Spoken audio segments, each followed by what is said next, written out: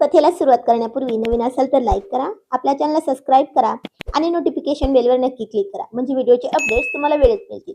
आणि काल आपल्या कथेचा पहिला भाग प्रकाशित झाला होता, त्याला तुम्ही सर्वांनी खूप भरभरून प्रतिसाद दिला आहे.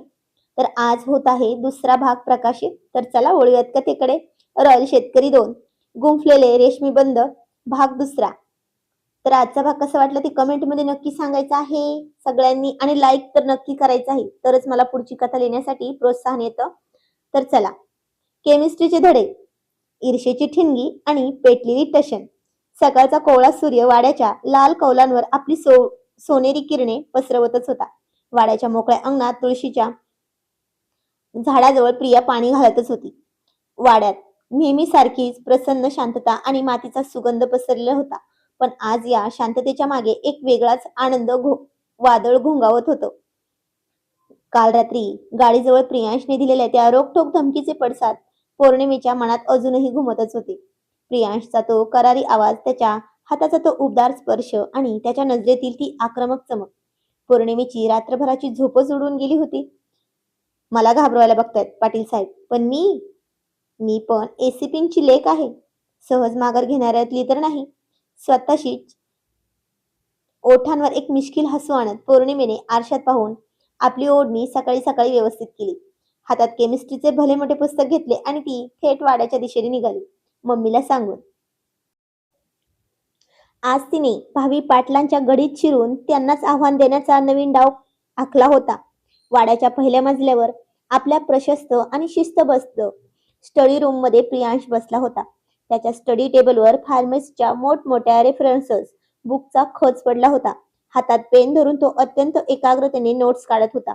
कपाळावर एक बारीक आठी, डोळ्यांवर चष्मा आणि चेहऱ्यावर एक गंभीर, कोणाशीही फालतू न बोलणारा रुबाब. प्रियांश राजेंचा हा अवतार वाड्यात सगळ्यांनाच परिचित होता. काम आणि ध्येय या व्यतिरिक्त त्याला कशातही रस नव्हता. सगळ्या विषयांमध्ये शिवमराजेंसारखा तरबेज असलेला तो, पण प्रेमाच्या अक्षरांपासून दूर होता तो. तशातच दारात हलकीशी थाप पडली. प्रियांशने न बघताच अत्यंत धीरगंभीर आवाजात म्हटलं, बेटा रियांशी, मी तुला आधीच सांगितलंय ना, मला 10 वाजेपर्यंत डिस्टर्ब करू नकोस म्हणून. मी रियांशी नाहीये पाटील साहेब. तो तिखट आणि ओळखीचा आवाज कानावर पडताच प्रियांशच्या हातातील पेन थांबला. त्याने मान वर करून पाहिलं. दारात पौर्णिमा हातात 12वीचे केमिस्ट्रीचे पुस्तक छातीशी धरून उभी होती. तिच्या चेहऱ्यावर एक अत्यंत समंजस पण आतून मिश्किल हास्य होतं.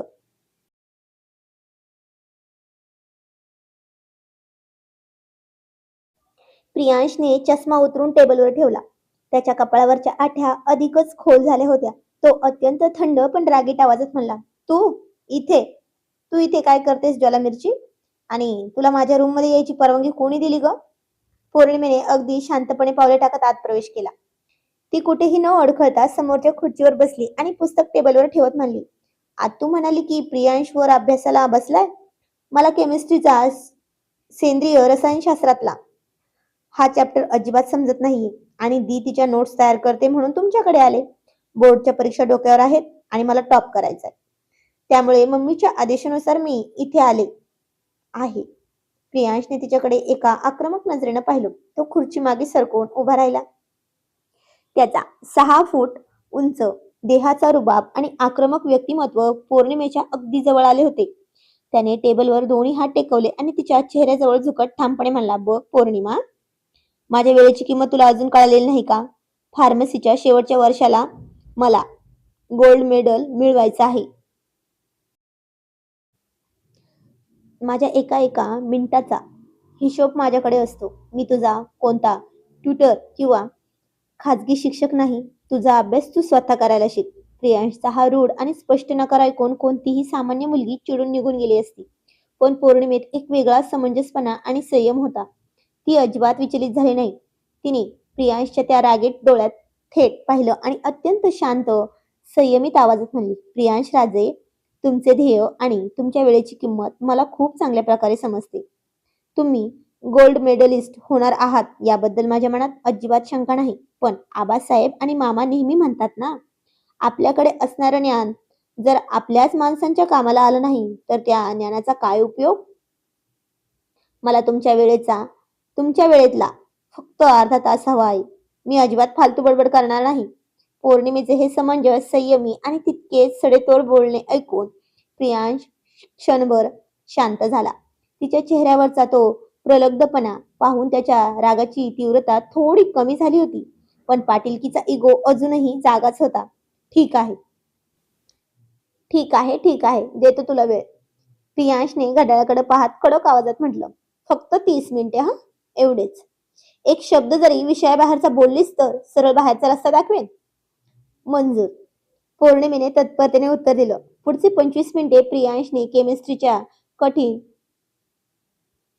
कन्सेप्टचे अत्यंत सोप्या आणि स्पष्ट शब्दात समजावून सांगायला सुरुवात केली.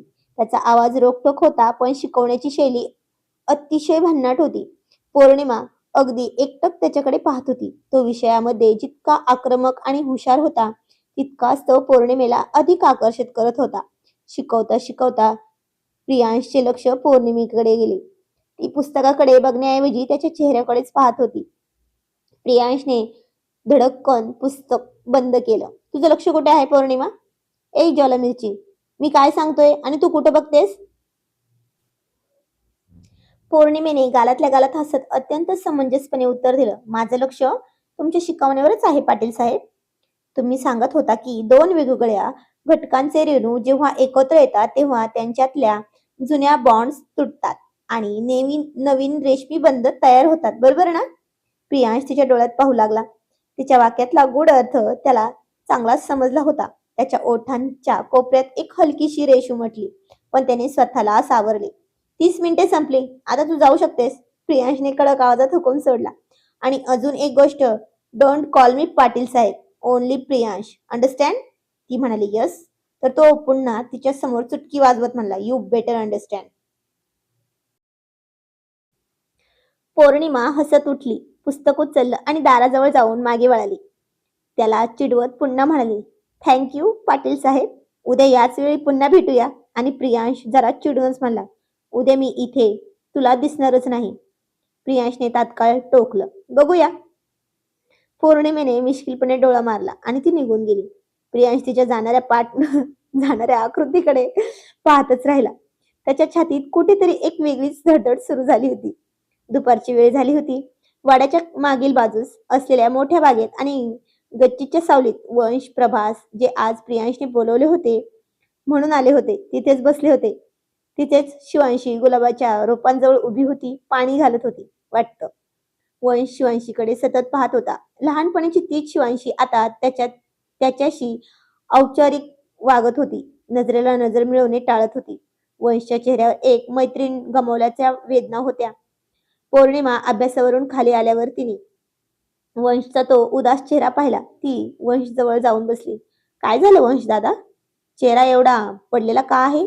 पौर्णिमेने प्रेमाने विचारलं. वंशने सुस्कारा टाकला.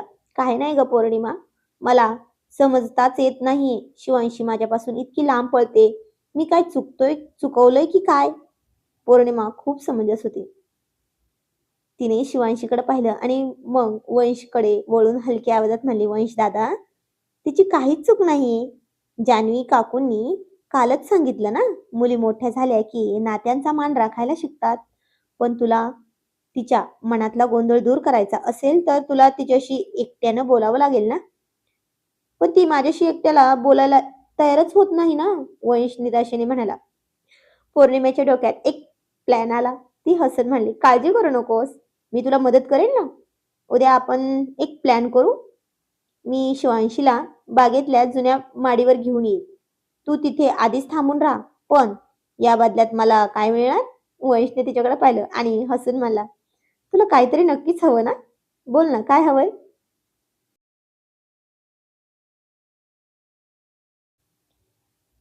पौर्णिमेने वर प्रियांशच्या रूमच्या दाराकडे पाहिलं आणि मिश्किलपणे म्हणाली, वंश दादा, तुझ्या या अकडू खडूस कडक भावी पाटलांना थोडं ठिकाणावर आणायला मला तुझी मदत हवीये. वंश हसला, डन, तू माझी मदत कर, मी तुला प्रियांशच्या मनात जागा बनवायला मदत करतो. आणि पौर्णिमा अशीच होती, अगदी मनमोकळ्या स्वभावाची. लगेच सगळ्यांवर विश्वास ठेवायची, सगळ्यांशी आपुलकीने बोलायची. पण त्या दोघांचा हा संवाद आणि हसणं खिदळणं वाड्याच्या पहिल्या मजल्यावरून गॅलरीतून कोणीतरी पाहत होतं. आणि ते दुसरं कोणी नसून प्रियांश राजे होते बरं का. प्रियांशने पाहिले की पौर्णिमा वंशच्या खूप जवळ बसून त्याच्या खांद्यावर हात ठेवून हसत हसत गप्पा मारत होती. वंश तिच्याशी अत्यंत मनमोकळेपणाने बोलत होता, का तर तो तिला बहीण मानायचा.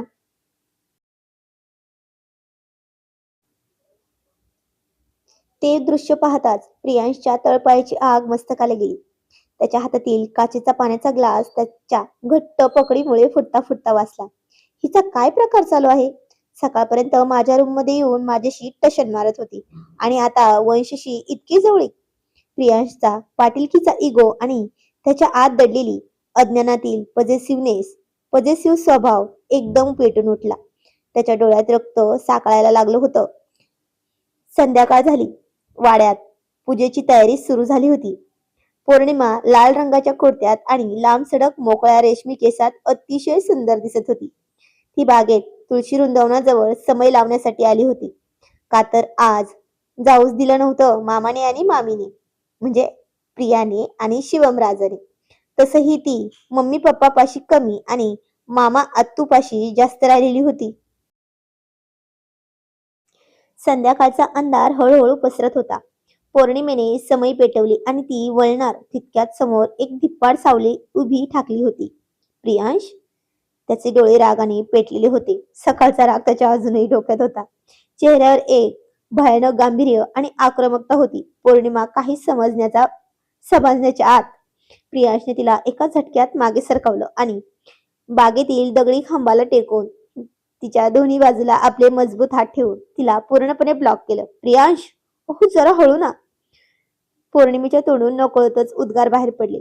प्रियांश तिच्या इतका जवळ होता की त्याच्या तप्त श्वासांची उष्णता पौर्णिमेच्या गालावर जाणवू लागली होती.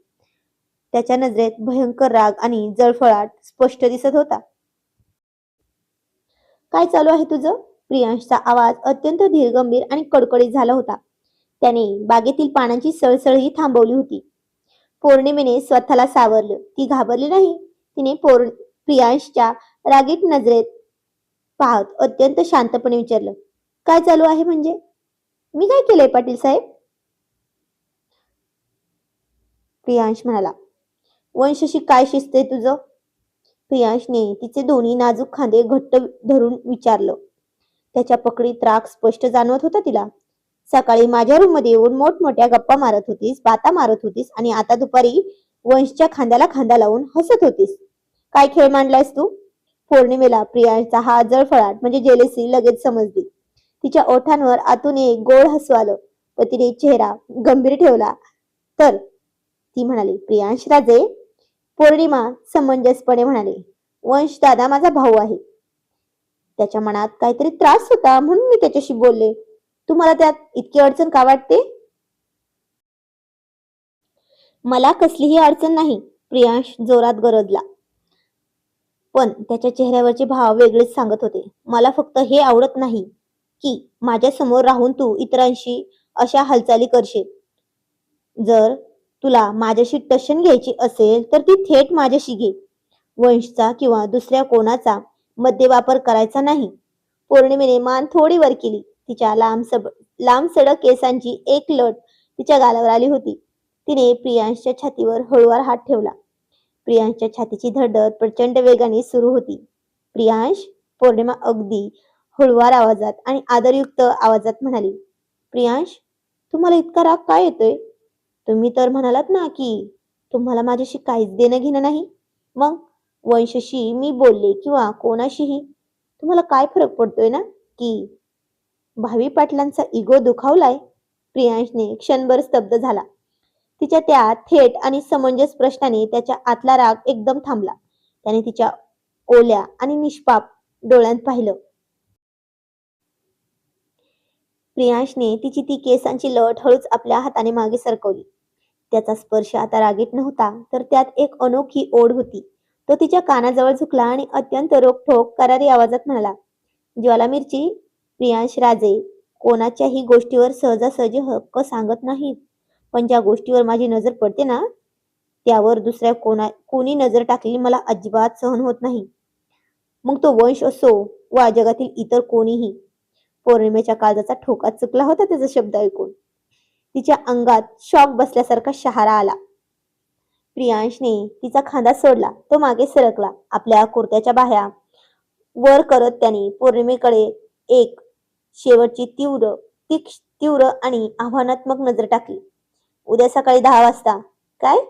उद्या सकाळी 10 वाजता केमिस्ट्रीच्या अभ्यासासाठी माझ्या रूम मध्ये हजर राहा. आणि 1 मिनिटही उशीर झाला तर परिणाम वाईट होतील, लक्षात ठेव. असं म्हणून प्रियांश आपला रुबाबदार आणि धीरगंभीर पावलांनी तिथून निघून गेला.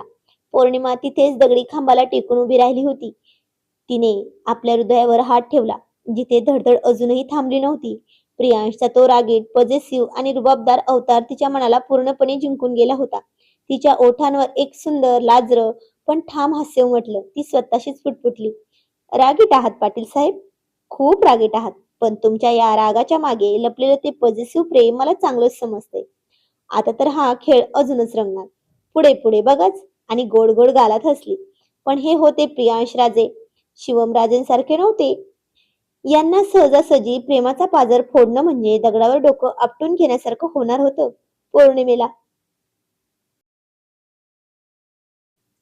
सकाळची प्रसन्न वेळ होती. वाड्याच्या मागील बाजूस असलेल्या मोठ्या आवारात लाल मातीचा सुगंध पसरला होता. वाड्याची जुनी लाकडी माडी, तिथली तुळशी वृंदावनी आणि पायऱ्यांवर पडणारी कोवळी उन्हाची किरणे, संपूर्ण वातावरण एखाद्या शांत आणि समृद्ध कॅनव्हास सारखं दिसत होतं. पण या शांततेच्या पोटात आज एका मोठ्या वादळाची ठिणगी पडणार होती.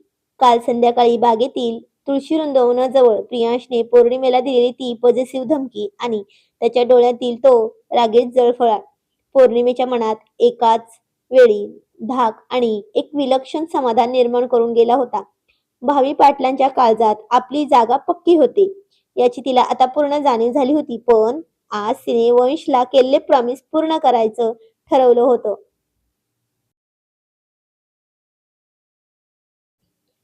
पण आज पौर्णिमेसमोर एक वेगळेच आणि मोठे मिशन होतं. वंश आणि शिवांशीची भेट घडवून आणणे. सकाळी 10 वाजायच्या आधीच पौर्णिमेने वंशसाठी ठरल्याप्रमाणे वाड्याच्या जुन्या माडीवर सर्व तयारी केली होती.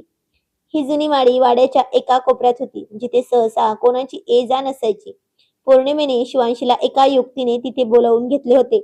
शिवांशी दी, गच्चीवरच्या माडीत आबासाहेबांचे काही जुने फोटो अल्बम्स आहेत, ते काकूंनी खाली आणायला सांगितले आहेत. चल ना, जरा मदत कर, असे सांगून शिवांशीला घेऊन आली होती वर. माडीच्या शांत खोलीत शिवांशीने पाऊल ठेवले. पौर्णिमेने तिची नजर चुकवून लगेच मागून दरवाजा बाहेरून लॉक केला आणि खिडकीतून हसून म्हणली, शिवांशी दी, थोडा वेळ इथेच थांब, तुझ्याशी कोणीतरी बोलायला येते.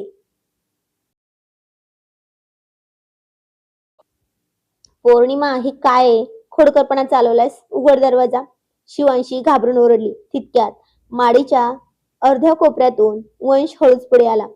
त्याचा चेहरा चिंतेने आणि प्रचंड अस्वस्थतेने व्यापलेला होता. वंशला समोर पाहताच शिवांशी एकदम शांत झाली. तिने मान खाली झुकवली. आपल्या ओढणीचा पदर हाताच्या बोटांभोवती घट्ट आवळला आणि मागे सरकू लागली.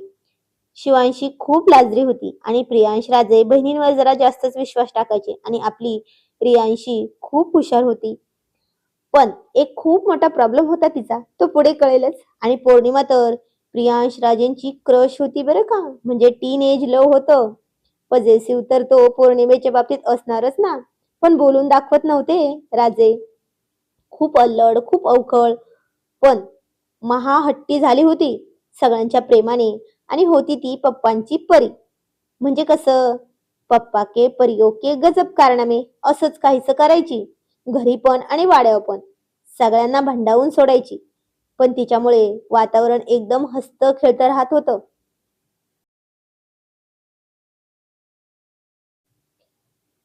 वंश, वंश, तू इथे काय करतोयस? शिवांशी म्हणाली. आणि पौर्णिमेने मला इथे का आणलंय? मला खाली जाऊ दे. शिवांशीचा आवाज थरथरत होता. वंशने तिच्या समोर येत तिची वाट अडवली.